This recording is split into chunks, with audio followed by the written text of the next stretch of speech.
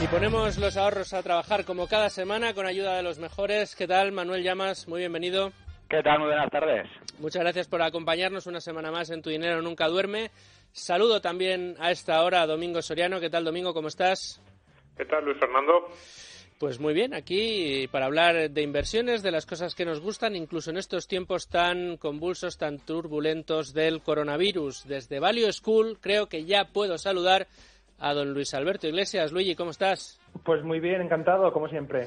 Muchas gracias por acompañarnos. Ven que ya tenemos a nuestros habituales y es hora de presentar a nuestro invitado del día. Hoy nos acompaña un gran especialista en inversiones, es profesor en el Máster de Value Investing de OMA y también amigo de esta casa. Se trata de Alejandro Muñoz, socio fundador de Equam Capital.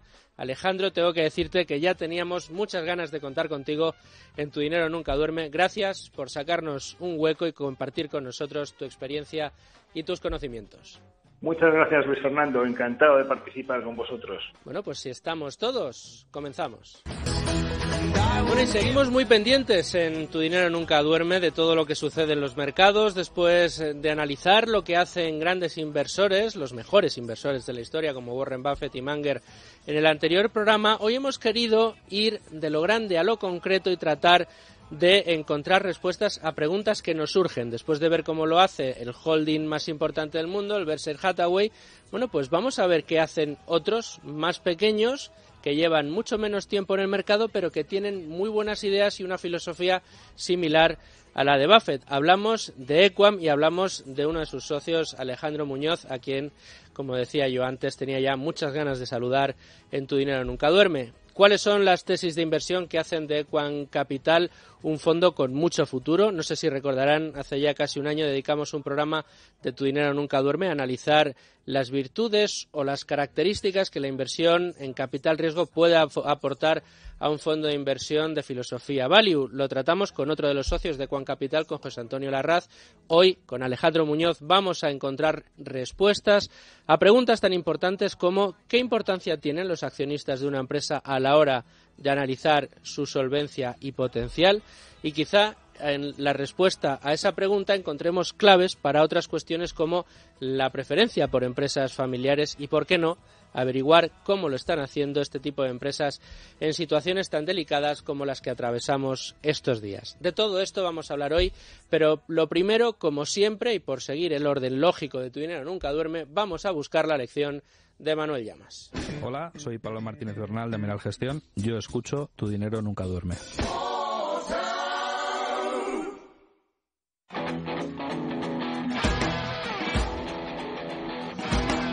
Manolo, estábamos diciendo en el programa de hoy, creo, adivinar que la empresa familiar va a tener un peso importante, el análisis y cómo funcionan este tipo de compañías y por qué los fondos value gustan mucho de tener en sus carteras este tipo de empresas.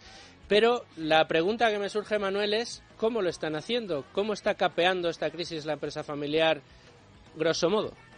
Bueno, pues Luis Fernando, habría que empezar diciendo que casi todas las empresas españolas, en mayor o menor medida, se están viendo afectadas por la crisis del coronavirus y las familiares no son una excepción. El 86% de las empresas familiares que operan en España han visto reducida su actividad por la crisis del coronavirus y el 42% han registrado caídas superiores al 60%, según una reciente encuesta del Banco de España.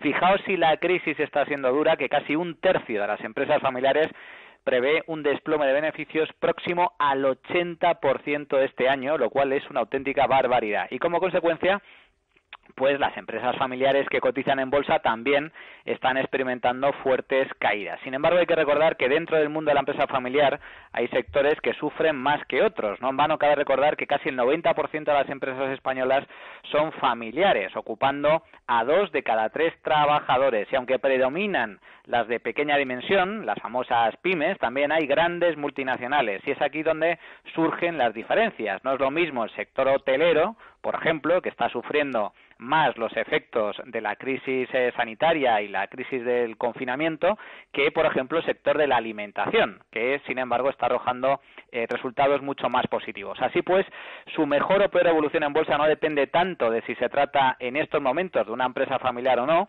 sino del golpe que ha asestado la crisis del coronavirus a la esencia y los fundamentos de su negocio. Hasta aquí lo negativo, pero cuidado porque también hay datos positivos a tener muy en cuenta. Por ejemplo, la mitad de las empresas familiares encuestadas afirma poder aguantar sin ingresos hasta 6 meses, lo cual es un síntoma de solvencia, de prudencia financiera. Pero si me tengo que quedar con algo, es sin duda con el gran ejemplo de compromiso y de liderazgo que están dando algunos de los mejores empresarios de este país. Me estoy refiriendo, por ejemplo, al presidente de Mercadona, Juan Roig, que ha renunciado a cobrar su sueldo y los dividendos que le corresponden este año como máximo accionista de la cadena de supermercados para destinar 70 millones de euros a proyectos de carácter social e incluso para reactivar la economía española como respuesta a la crisis. La familia Roig, que son los principales accionistas de Mercadona, han repartido entre sus 90.000 trabajadores más de 384 millones de euros tan solo en los meses de marzo y de abril, procedentes de sus beneficios en reconocimiento al esfuerzo y la labor que han llevado a cabo su plantilla durante estas semanas de confinamiento. Ahí es nada. Amancio Ortega, por su parte, dueño de Inditex, siguió abonando los sueldos de sus decenas de miles de empleados a pesar del cierre de sus tiendas, al tiempo que ha empleado toda su red logística, la mejor del mundo, para posibilitar la llegada de material sanitario procedente de China y de otros países. O qué decir de hoteleros de la talla de Abel Matutes o de Quique Sarasola, poniendo a disposición de las autoridades parte de sus hoteles para convertirlos en hospitales durante estas últimas semanas de confinamiento. Y como estos, otros muchos ejemplos. Este tipo de comportamientos en plena emergencia sanitaria también dicen mucho sobre el carácter, la filosofía y el particular modo de actuar que tienen las grandes empresas familiares. Bueno, Manuel, pues yo creo que quedan sobre la mesa una serie de análisis, de elementos de análisis que vamos a abordar sin ninguna duda con Alejandro, pero vamos a buscar otros y lo vamos a hacer de la mano, como siempre, de Domingo Soriano y su pizarra. Domingo Soriano, a ver, estamos haciendo una colección de programas, bueno, pues tratando de cogerle el pulso a esta crisis y tratando de aportar análisis y pues no sé si pistas suficientes como para que todos nuestros oyentes, y me incluyo entre ellos porque yo también aprendo de todo lo que nos cuentan nuestros invitados, bueno, pues tengamos elementos de juicio que nos permitan seguir analizando y seguir tomando decisiones en materia de inversión de forma responsable. Quizá uno de los consejos que más hemos repetido, o uno de los mantras, casi ya más que un consejo, de los que aquí hemos dicho una y otra vez y analizado desde diferentes ópticas, es el del largo plazo. Yo creo que hablando con Alejandro, con Equan Capital, hablando de empresas familiares y de otro tipo de análisis a la hora de tomar decisiones sobre qué compañías meter o no en nuestro fondo, en nuestra cartera, saldrá el concepto del largo plazo. Claro, reflexionábamos, Domingo, esta semana, lo recordarás tú y yo, claro, es que el largo plazo, en los momentos en los que nos encontramos, para aquellos que hicieran su inversión hace 5 o 7 años, que para algunos fondos esto es considerado largo plazo, con las caídas que ha habido ahora, evidentemente no le ha salido bien la jugada. Pero ¿es posible seguir confiando en el largo plazo? ¿Está mal entendido si llegamos a la conclusión que te acabo de exponer? No, yo creo que esta crisis refuerza los dos mensajes que probablemente, o dos de los mensajes que más hemos escuchado en este programa por los expertos. El del largo plazo y el de los inversores que tienen que saber cuál es el largo plazo, cuál es su largo plazo y si deben o no estar invertidos en bolsa y en qué parte de su patrimonio. Es decir, desde el punto de vista de, alguien que ahora esté pensando exactamente lo que tú has dicho, ¿no? Me he comido una pérdida enorme, ¿ahora qué hago?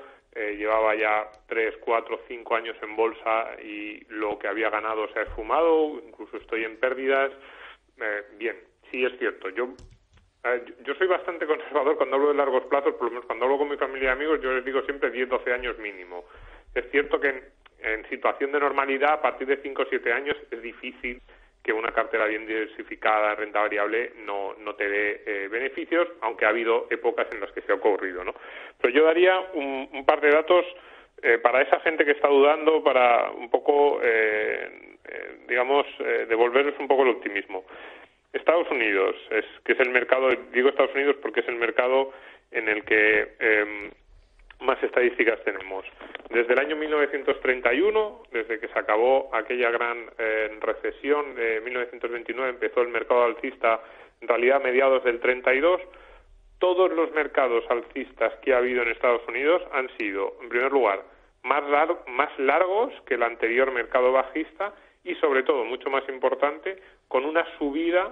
La subida del mercado alcista ha sido muy superior a la caída que había tenido el mercado bajista, ¿no? Esos mercados, hablamos de mercado bajista cuando el índice pierde un 20% respecto al máximo que tenía, ¿no? A partir de que pierde el 20%, entonces decimos, bueno, tomamos el máximo y a partir de ahí empieza ese mercado bajista. Y para que termine, tiene que haber un momento en el que se recupere un 20% respecto al mínimo que haya tocado en otro momento, ¿no? Pues bien, todos los mercados alcistas que ha habido desde el año 1932 hasta 2020, y han sido muchos, cuento 1, 2, 3, 4, que lo tengo adelante, 5, 6, 7, 8, 9, 10, me salen 12 y 12, pues bien, en todos los casos, el mercado alcista ha sobrepasado en sus ganancias las pérdidas que había tenido previamente ese mercado bajista. Entonces, ahí yo creo que sí que nos dice realmente el largo plazo en una cartera bien diversificada en bolsa genera rédito y la paciencia acaba teniendo sus resultados.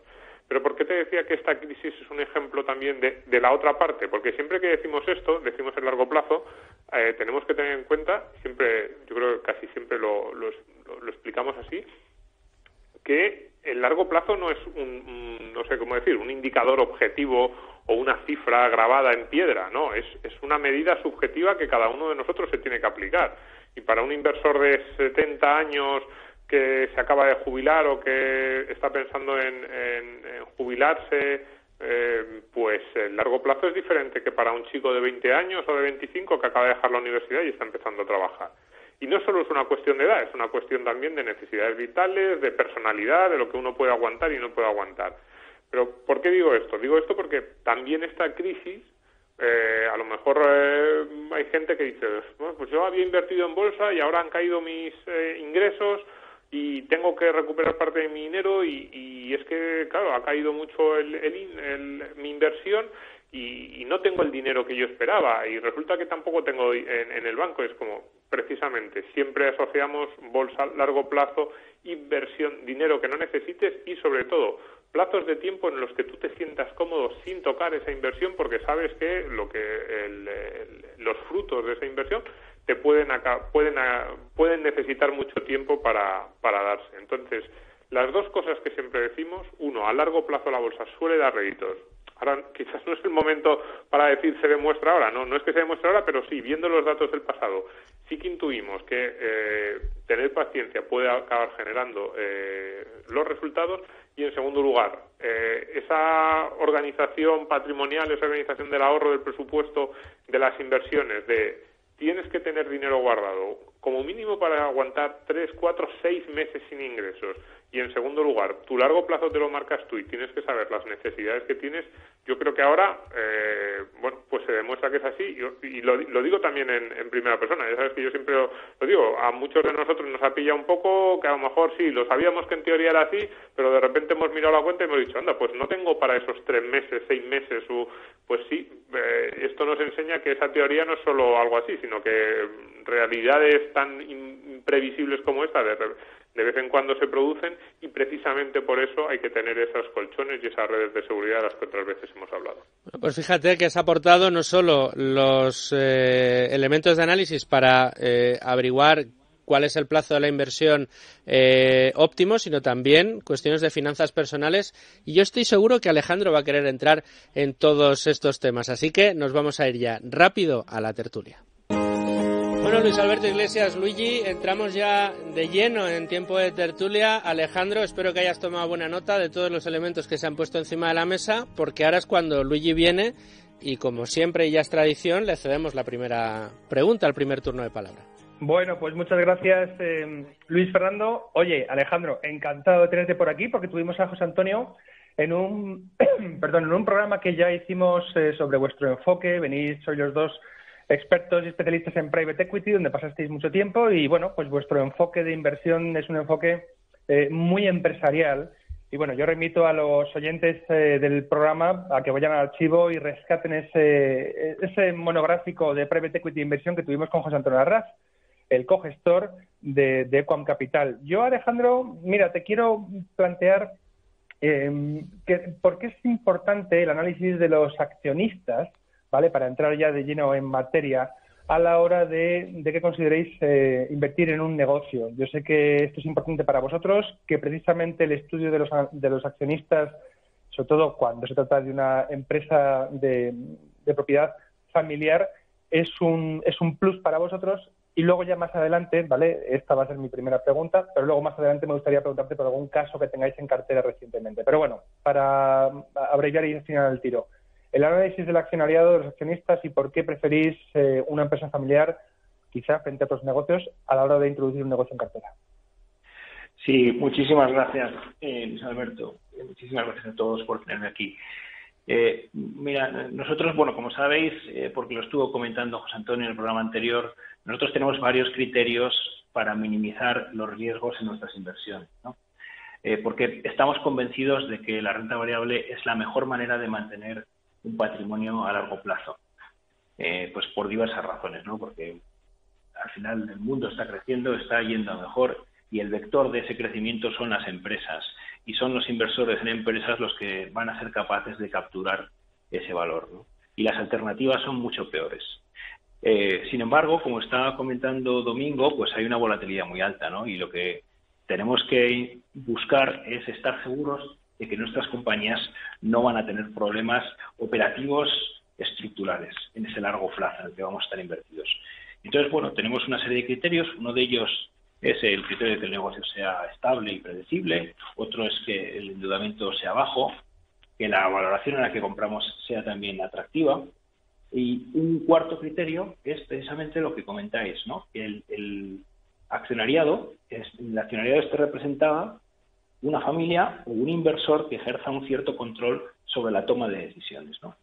Y entonces aquí se oponen dos situaciones. La situación en la que no hay ningún accionista involucrado en la gestión, que es una gran cantidad de compañías cotizadas están en esa situación, donde hay fondos de inversión pues que no tienen ninguna involucración en la toma de decisiones, y luego compañías como las que vamos a hablar hoy, que sí que tienen un accionista de referencia, que es normalmente una familia o un empresario o un grupo que se involucra en la gestión.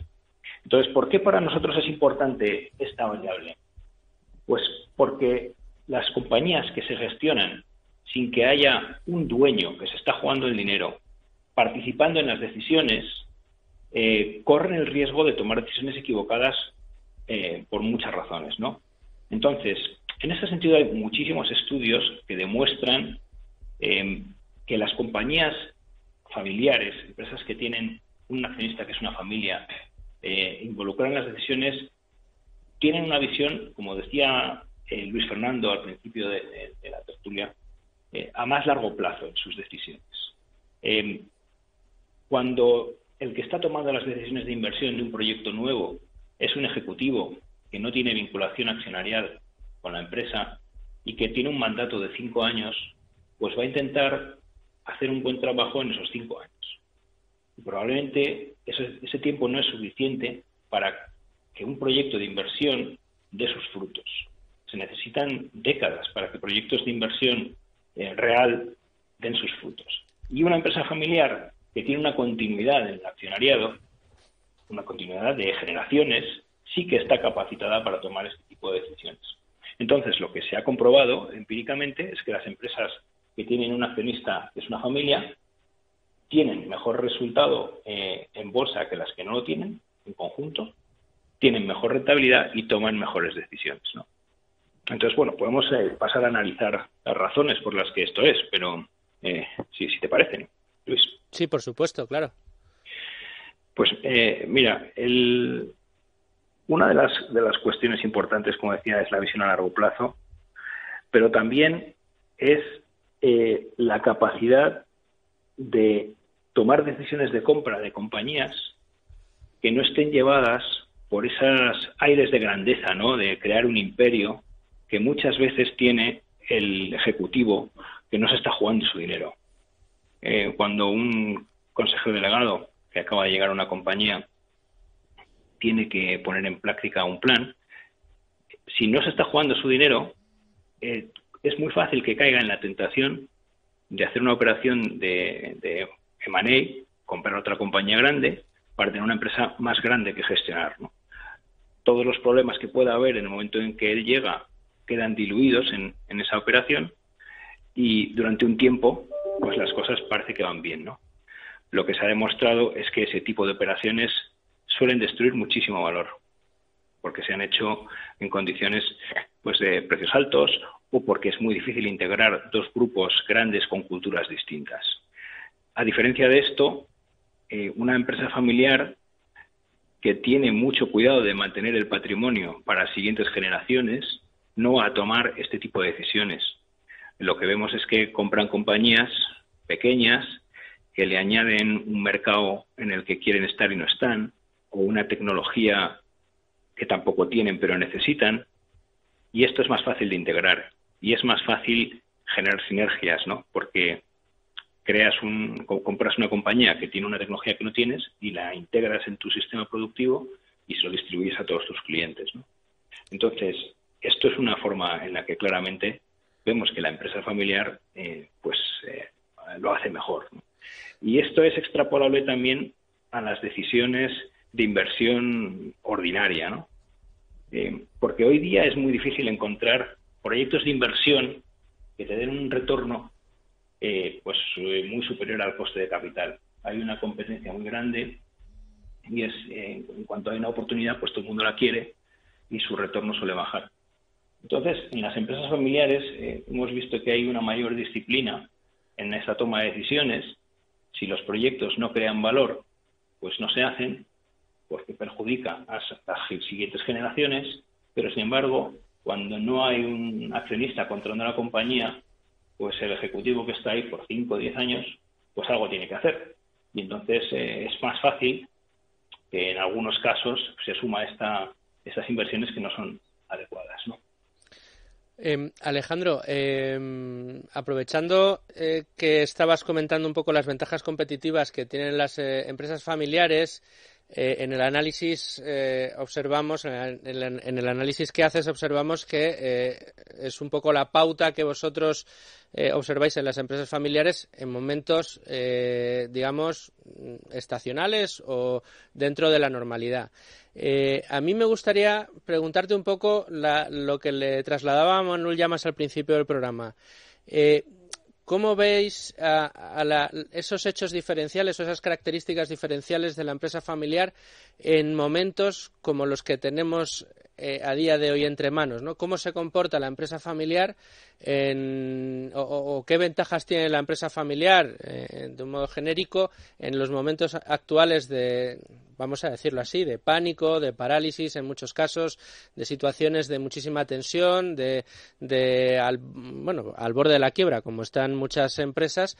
¿Cuál es el hecho diferencial que podríamos destacar de las empresas familiares, ya que estamos con este análisis, siguiendo la línea que tú estabas comentando, respecto a otras compañías donde, como bien dices, muchas veces los CEOs llegan para 3, 4, 5 años y tratan de salvar, digamos, ese periodo, pero sin importarles demasiado lo que venga detrás? Bueno, lo que estamos viendo es que en esta situación las empresas familiares en general, siempre hablando en general, por supuesto, porque hay muchos casos particulares que a lo mejor no son coincidentes con lo que digo, pero en general las compañías familiares tienen menos deuda, tienen una estructura financiera mucho más conservadora. Un poco por la misma idea que estaba comentando antes, se quiere mantener el patrimonio familiar durante muchas generaciones y bueno, pues esto en esta situación de tensión y de pánico que estamos viendo, pues claramente está ayudando. Estas compañías, al tener menos deuda, pues están teniendo más facilidad para obtener liquidez y seguir funcionando y menos problemas para, como comentabais al principio del programa, para mantenerse con vida, aunque pasen muchos meses en los que no se ingrese nada, ¿no? Entonces, en este sentido, estamos viendo pues una mayor resistencia en general. Aunque luego también hay que decir que en una situación de emergencia como la actual, pues todas las compañías están haciendo lo que pueden, buscando liquidez, tirando de todas las líneas de crédito que tenían no dispuestas para asegurarse esa liquidez. Y bueno, ahí sí que estamos viendo en general una gran diligencia, ¿no?, en todas las compañías con las que hablamos nosotros. Y luego hay otra cuestión que tiene mucho que ver con la facilidad de la toma de decisiones. Cuando un empresario o una familia tiene una compañía, se está jugando su dinero y es más fácil que tome decisiones rápidas. En ese sentido, lo hemos visto en esta crisis, ¿no? Estas empresas familiares que comentabais, Inditex, todas las Roche, con Mercadona, son empresas que en muy poco tiempo han sido capaces de tomar decisiones muy ágiles para ayudar a sus empleados, ajustar su estructura de coste y ayudar a todos los que no son empleados. O sea, han estado trayendo máscaras, trayendo material de protección, ayudando con su dinero a gente que lo necesitaba. Y esta agilidad la tienen las familias, la tienen las pequeñas y medianas empresas. Y bueno, un poco por poner en contraste la actuación en general de los gobiernos, ¿no? Lo que les ha costado tomar decisiones que en muchos casos son cuestionables, ¿no? Entonces, y esta es otra de las cuestiones importantes por las que una empresa familiar puede crear valor, por esa capacidad de tomar decisiones y de asumir unos riesgos controlados que a lo mejor un gestor independiente pues no tiene esa capacidad, ¿no?, porque no es dinero. Y ahí lo que estamos viendo es que igual que son más prudentes las empresas familiares en cuanto a la compra de otras compañías o en su estructura financiera porque tienen menos deuda, también vemos que son más capaces de asumir riesgos en su propio negocio, porque lo conocen muy bien, porque llevan muchas generaciones o muchos años trabajando en ese negocio, y ahí sí que son capaces de asumir riesgos a veces en mejores condiciones que personas que vienen de fuera de la industria, ¿no?, o que tienen menos experiencia que ellos. Manuel, creo que tenía una pregunta para ti. Sí, oye, Alejandro, a mí me gustaría que pasásemos de la teoría a la práctica, por así decirlo, y que nos expusieses algún ejemplo de alguna compañía, alguna empresa familiar que en la que hayáis invertido, que esté en vuestra cartera. Por ejemplo, creo que tenéis participación en el grupo Prosegur, en Prosegur Cash, y me gustaría saber qué es lo que os gusta de este modelo de negocio, de su modelo de negocio. Sí, bueno, el grupo Prosegur es una empresa familiar que lleva muchísimas décadas operando y en el que podemos ver todos estos rasgos que estaba comentando, ¿no? Entonces, bueno, nosotros nos hemos centrado dentro del grupo en Prosegur Cash, porque como sabéis, dentro del grupo cotizan dos sociedades, que es el grupo Prosegur, que es el grupo que tradicionalmente cotizaba, que tiene un negocio de seguridad, con guardias de seguridad, un negocio de alarmas y el negocio de transporte de efectivo, ¿no?, los camiones blindados famosos amarillos. Y en el año 2017 decidieron sacar a bolsa esta división última de transporte de fondos, que es la división más importante del grupo. Y sacaron a bolsa pues un 25%, me parece que es. Y entonces nosotros hemos preferido invertir en Prosegur Cash porque, bueno, aunque es cierto que nosotros tenemos la premisa de invertir siempre en la cabecera de los grupos, porque, bueno, las empresas familiares tienen muchas ventajas, pero no es una panacea. O sea, no, por invertir en una empresa familiar no te aseguras que va a ser una buena inversión. Y las empresas familiares también tienen sus riesgos, ¿no? Pues evidentemente tienen riesgos en cuanto a la sucesión de los equipos gestores, y tienen riesgos si no hay suficiente transparencia, porque pueden realizar operaciones pues entre los accionistas y la compañía que no sean buenas para el inversor como nosotros, ¿no?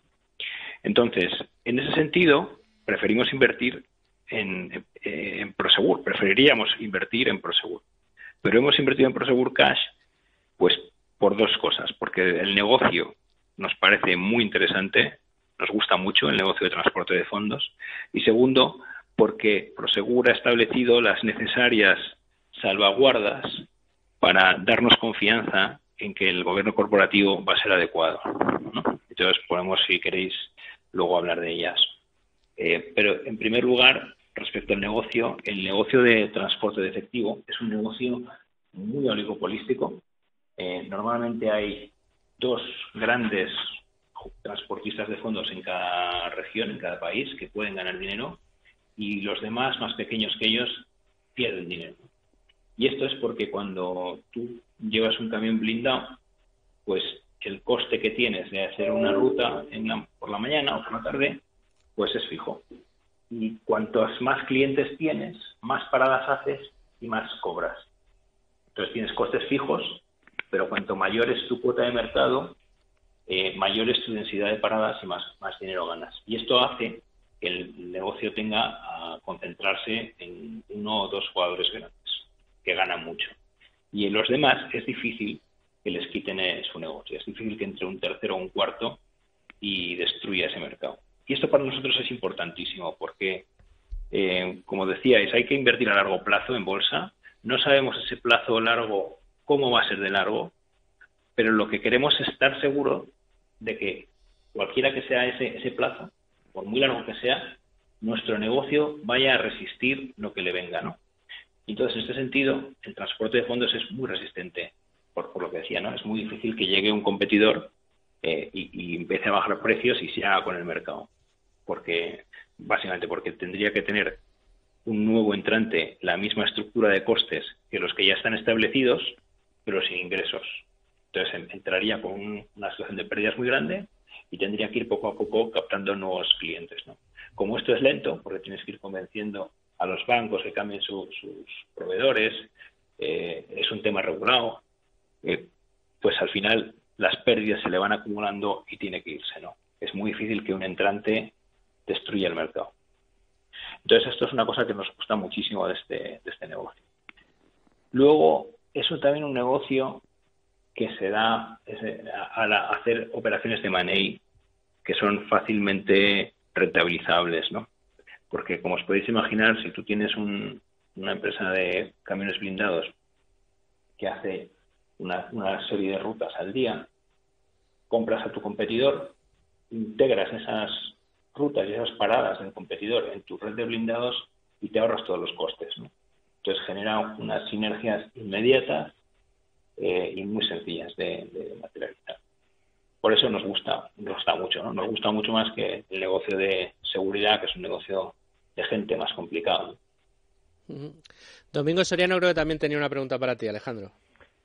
Sí, sobre el tema de las empresas familiares, yo es una de las cosas que no las empresas familiares, sino la propiedad, la dirección de las empresas, la gestión, a mí me parece cada vez más importante. Es decir, no sé si a todos los inversores les pasa lo mismo, pero yo hace a lo mejor 4 o 5 años, cuando más me empecé a interesar por estos temas, a mirar un poco en profundidad, era lo típico que miraba los ratios, ahí un poco los números, y cada vez voy más hacia tema de calidad de la empresa, del producto, pero también de la gestión. En ese sentido, a mí me gustaría preguntarle a Alejandro, a mí una de las cosas que me gustan de este tipo de empresas, aparte de esa visión a largo plazo, es que me da la sensación de que son empresas en las que te encuentras menos sorpresas desagradables. Es decir, yo no creo que la contabilidad sea algo que se pueda estirar por completo, pero sí que puedes, digamos, los parámetros con los cuales defines una cuenta, con los cuales dibujas un balance, un beneficio, estableces, pues bueno, son lo suficientemente flexibles como para que un equipo gestor un poco que quiera a lo mejor maquillar un poco la situación en un ejercicio determinado durante varios ejercicios lo puede conseguir.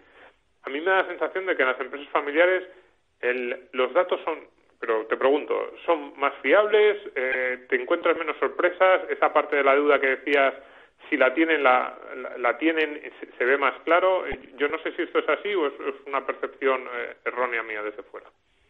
Bueno, a mí me resultaría difícil hacer esa generalización, ¿no? Porque yo donde más problemas contables he visto es en las compañías que tienen mucha deuda, porque son al final las que tienen que presentar una cara más amable o más favorable a lo que es la realidad, ¿no? Entonces, en ese sentido, es la deuda lo que hace que haya una relación más directa con los problemas contables. Pero sí es cierto que las empresas familiares tienen la necesidad de ser más transparentes en algunas cuestiones para vencer el miedo que tienen los inversores a invertir en una situación en la que, bueno, pues les pueden estar sacando dinero por otras vías, el accionista principal, ¿no? Entonces, esa necesidad de transparencia hace que muchas empresas familiares, pues sí, tengan una estructura más contable, más conservadora. Pero, bueno, yo no sé, a lo mejor es así, pero yo no me he dado cuenta de esto que comentas, ¿eh? He visto de todo, o sea, he visto empresas familiares con un nivel de oscurantismo tremendo. Y normalmente está relacionado con esta situación en la que la familia, pues a lo mejor gana más por gestionar la compañía o por alquilar inmuebles a la compañía o por otras 1000 razones que por ser accionista en sí, ¿no? Y esto es para mí la principal cuestión que hay que mirar cuando se invierte en una empresa familiar, ¿no? Precisamente si hay una suficiente transparencia y hay elementos que te permiten confiar en la honestidad de la familia, ¿no? Entonces, bueno, es que en este sentido hay tal cantidad de formas en las que te pueden engañar, para empezar con la remuneración del equipo directivo, ¿no? ¿Cuál es la remuneración justa del equipo directivo? Si le pagan demasiado, pues a lo mejor esto no es bueno para el accionista. O qué operaciones se guarda la familia y cuáles cede a la empresa cotizada, ¿no? Porque no es el caso con Prosegur, pero sí que hemos visto compañías que, bueno, se acaban a cotizar una filial y luego los nuevos negocios buenos pues no se los dejaban hacer a esta filial. Por ejemplo, el alquiler de los inmuebles. Si son los inmuebles de la familia y se los alquila a la sociedad, ¿lo está haciendo en términos de mercado o no? Porque si le cobra más que el mercado, está sacando dinero de la sociedad, ¿no? Sin pagar al accionista, ¿no? Nosotros tuvimos una situación un poco frustrante en el pasado con una empresa griega que cotizaba y era filial de otro grupo que también cotizaba, y esta empresa nos gustaba mucho, la filial, estaba muy barata, tenía mucha caja, tenía un negocio que iba bien. Entonces nos pareció una inversión excepcional, ¿no?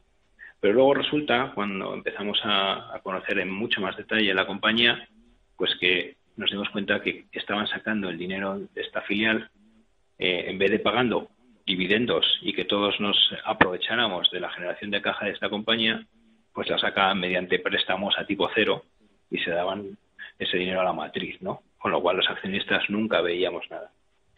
Entonces, en ese sentido, bueno, pues no sé si he respondido a tu pregunta. Lo que sí que digo es que me ha gustado mucho porque no sé si hay como una diferencia en las empresas familiares, o sea, para mí uno de los grandes riesgos, ¿no? Que siempre es si las cuentas, si el estado de la empresa refleja con fidelidad lo que es el negocio, el día a día. En la empresa familiar, a lo mejor, el principal riesgo es que la familia esté utilizando la empresa como un vehículo casi sí. para un objetivo secundario es utilizar la empresa para yo, no sé cómo decirlo, enriquecerme, pero no enriquecerme a través de una empresa sólida, sino pues eso, a través de triquiñuelas, podríamos decir. Sí, aprovechándote de los socios que son minoritarios, o no son minoritarios, pero no se enteran. Entonces, efectivamente, esto es una cuestión importantísima, ¿no? Yo creo que cuando se analiza el papel del accionariado, para nosotros es lo más importante. Lo bueno es que hay mucha información, ¿no? Pues para empezar, en España hay el Código de Buen Gobierno que tienen que cumplir las compañías cotizadas. Entre otras cosas, pues tiene unas recomendaciones en las que tiene que establecerse estos conflictos de interés, cómo se resuelven. Y la memoria tiene que tener información de todas las operaciones vinculadas, ¿no? Entonces, hay información, se puede mirar, pero claro, es un poco distinto a mirar los ratios de los que me hablabas antes, que nosotros, por supuesto, también miramos, pero hay que mirar otras cosas, ¿no? Y en ese sentido, el grupo Prosegur, pues cuando salió a bolsa en el año 2017, siguiendo estas recomendaciones del Código de Buen Gobierno, pues hizo un contrato marco que regula las relaciones entre Prosegur y Prosegur Cash. Y entonces dice qué negocios tiene que quedarse cada una de las dos compañías, ¿no? O, por ejemplo, qué pasa si Prosegur, la matriz, compra una compañía que tiene actividades de seguridad, alarmas, pero también tiene transporte de efectivo, ¿no? Entonces dice que tiene que venderle, en términos comerciales, la división de transporte de efectivo. O cuánto se paga por el uso de la marca Prosegur, ¿no? Que tiene que pagar Prosegur Cash a Prosegur. O por los servicios centrales que presta Prosegur a Prosegur Cash, ya sea de seguros, por ejemplo, hace los seguros de esta división, o alquiler de inmuebles, o gestión de recursos humanos, consultoría. Bueno, pues todo esto está regulado en un contrato marco y sabemos perfectamente lo que está pagando una compañía a la otra, ¿no? Y nos parece que los términos son razonables y por eso pues nos hemos decidido invertir aquí. Claro, a mí me parece muy importante todo lo que estás comentando, Alejandro, porque muchas veces, en este programa y en otros asuntos se da una recomendación o hablamos, como en este caso, la empresa familiar, y parece que ya con que una empresa sea familiar ya va a ser buena o va a ser la panacea, pero como bien dices tú, no es la panacea, y me gusta que estemos yendo al detalle del análisis para descubrir o para tratar de desentrañar cuáles de estas compañías cumplen con las bondades que por norma general tienen las empresas familiares, y cuándo pueden fallar o cuándo pueden no darnos los réditos que estamos buscando. Luigi, como no le dé la palabra, me va a saltar al cuello porque lleva un rato ahí agarrándose al teclado queriendo hacer una pregunta. Luigi, todo tuyo. Venga, a mí me gusta mucho, Alejandro, el tema del precio. Sabes que, muchos inversores dicen sí, el modelo de negocio puede estar fenomenal, pero hay que vigilar el precio al que uno entra para que eso sea realmente una buena inversión. Entonces, coméntanos un poco, aparte de cómo cotiza actualmente la acción, el viaje que habéis tenido con ella. ¿Cuándo la incorporasteis a la cartera? Si habéis vendido por el camino, realizando, ganancias. Y si habéis vuelto a entrar en algunos momentos concretos. Muy interesante, porque todos los que nos dedicamos a hacer value decimos un poco lo mismo, ¿no? Que queremos comprar empresas buenas a precios atractivos. Entonces esto pues lo decimos todos y lo difícil es hacerlo, ¿no? Yo, por mi experiencia, he visto que comprar algo bueno a precios atractivos es algo muy excepcional y que para hacerlo hay que estar dispuesto a comprar en momentos de pánico, ¿no? O comprar situaciones muy difíciles de entender donde el mercado no se fija, o situaciones de empresas pequeñas, ¿no? Que no tienen ningún analista que las siga, ¿no? Quiero decir, es difícil comprar cosas buenas a buenos precios. Pero si hay alguna situación en la que esto se da, es cuando hay pánico. Entonces nosotros empezamos a seguir Prosegur Cash cuando salió a bolsa, porque ya sabíamos que es un negocio que nos gusta bastante, y salió a 2 euros más o menos por acción, y nos parecía que estaba un poco cara, ¿no? O por lo menos estaba en precio, pero no había ningún descuento respecto a su valor, que es lo que nosotros necesitamos. Y siguió subiendo, se puso a 3, y básicamente pues ya nos olvidamos de invertir ahí, ¿no? Pero resulta que hace 1 año y medio pues empezó a sufrir el peso argentino una devaluación muy intensa. No lo hemos comentado, pero Prosegur tiene la mayor parte de sus ingresos y beneficios en Latinoamérica. Tiene unos 1.700 millones de ventas, 500 en España, Portugal principalmente, y Alemania, 100 en Australia y Asia, y la diferencia a 1.200 millones en Argentina, Brasil y otros países de Latinoamérica, ¿no? Entonces, bueno, cuando empezó a devaluarse el peso argentino, pues la gente sabía que eso iba a tener una traducción en menores ingresos en euros. Al consolidar esos beneficios que estaban en pesos, que cada vez valen menos, pues en euros cada vez valen menos. Y la compañía sufrió una caída fuerte, ¿no? Llegó a 1,7 de 3, en verano del año 2018 creo que era. Entonces, bueno, pues ahí nosotros hicimos los números y nos parecía que había un suficiente descuento. No era un descuento de los más grandes que tenemos en nuestra cartera, pero era un descuento suficiente, ¿no? Teniendo en cuenta la calidad del negocio, la solidez de los accionistas y su situación financiera. Entonces invertimos y después de eso, pues hasta diciembre la acción se revalorizó y vendimos. Entonces, bueno, respecto a esto, lo que yo siempre digo es que nos gusta comprar cuando no se ve la luz al final del túnel. Nosotros estábamos comprando cuando las acciones caían, habían caído ya bastante, pero seguían cayendo, ¿no? Y no se veía claramente la solución. Pero nosotros, del resultado de analizar cómo funciona la compañía, pues podíamos tener más o menos claro que esa luz al final del túnel existe, ¿no?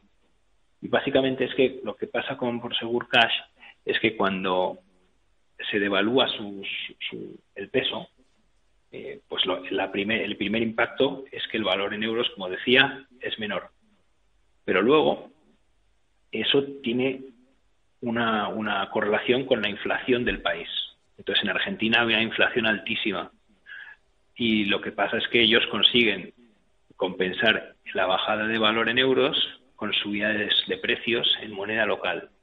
Y encima pues tienen más actividad porque al haber inflación los billetes, pues hay más billetes, más volumen de billetes.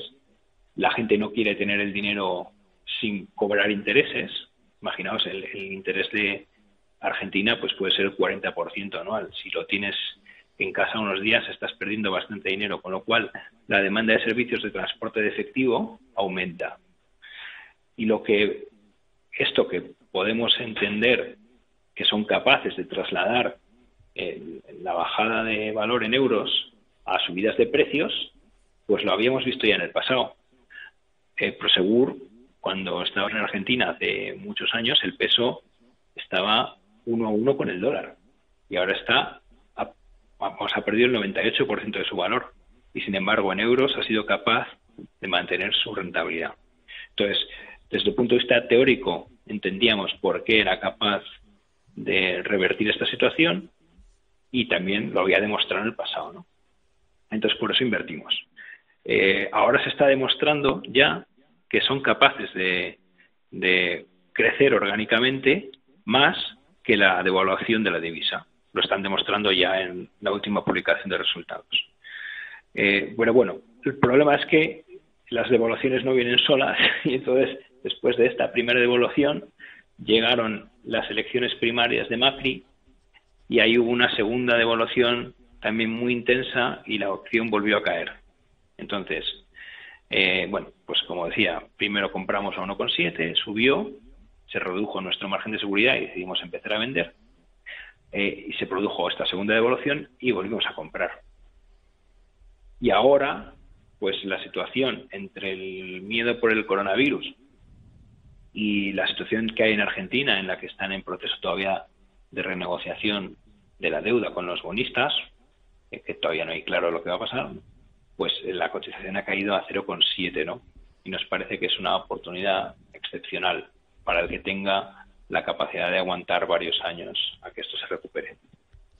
Pues fíjate, Alejandro, cómo en esta reflexión hemos introducido de nuevo los conceptos del largo plazo de la oportunidad y esto que llevamos tanto tiempo viendo en los diferentes programas que hacemos durante este periodo del coronavirus, durante esta crisis, y es que vemos cómo los value estáis viendo oportunidades, como tú decías, en los momentos más críticos y quizá más difíciles, ya no para el inversor o el analista como vosotros, que le dedicáis muchas horas a analizar las compañías y ver dónde encuentras el valor y dónde encuentras la ganga, por así decirlo, pero sobre todo yo creo que son momentos difíciles para que el propio partícipe sea capaz de ver la oportunidad en estos momentos en los que el pánico le encoge el corazón a casi todos.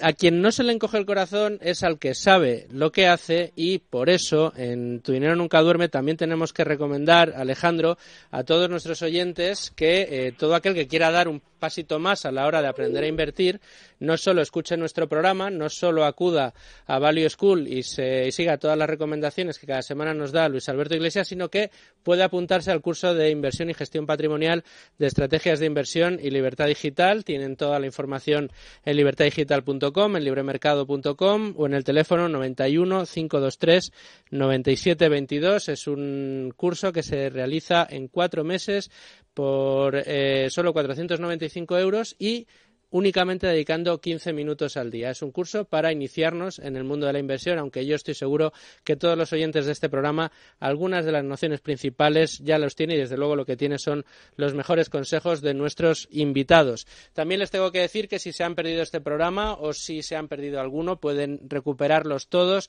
los del año pasado y los de este, también el de José Antonio Larraz de junio del año pasado, para hablar del capital riesgo de la inversión value.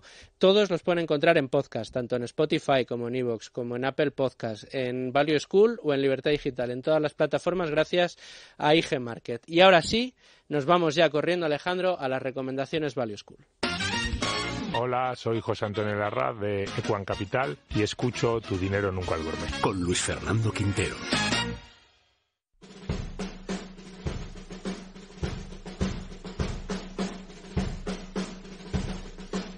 Alejandro, Luis Alberto, se ha pasado la hora volando, ¿eh? Ya veis que cuando aprendemos y aprendemos bien, aquí se pasa los minutos volando. Ya estamos llegando al final del programa y no podemos terminar sin las recomendaciones, Luigi.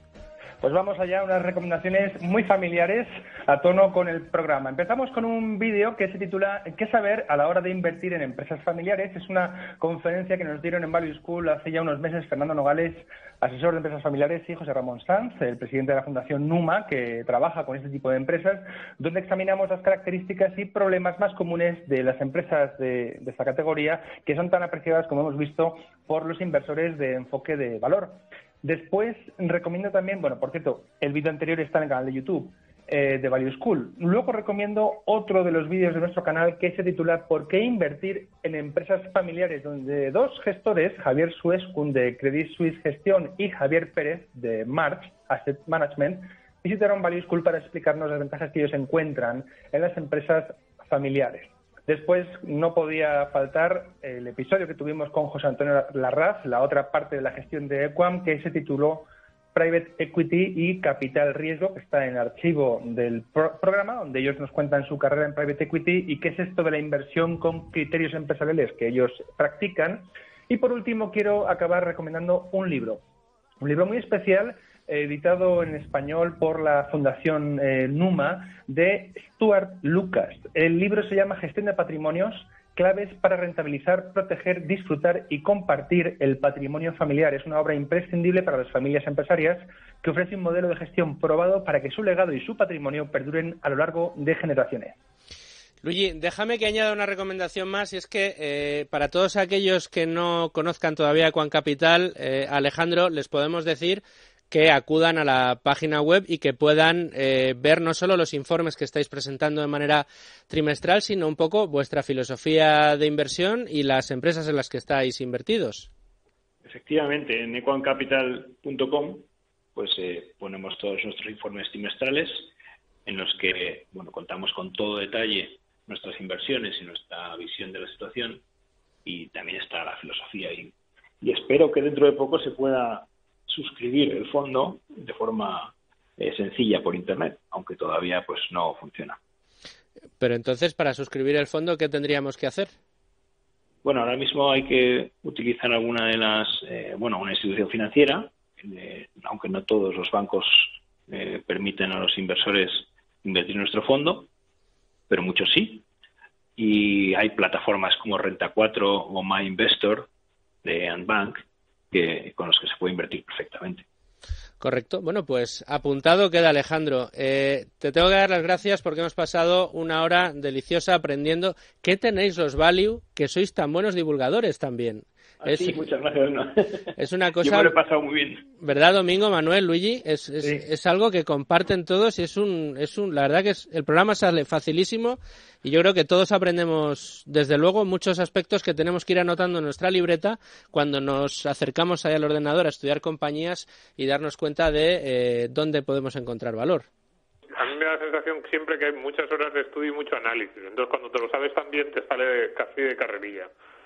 Bueno, pues de carrerilla le ha salido desde luego Alejandro, así que a mí no me queda otra cosa que agradecerte de nuevo que nos hayas dedicado esta hora de tu tiempo y más en un domingo y amenazarte con volver a llamar. Estupendo, yo cuando queráis vengo, me lo he pasado muy bien. Fantástico, Luigi, muchas gracias a ti también por estar con nosotros un domingo más en Tu Dinero Nunca Duerme. Domingo y Manolo, la semana que viene más y mejor. Hasta la semana que viene. Muchas gracias.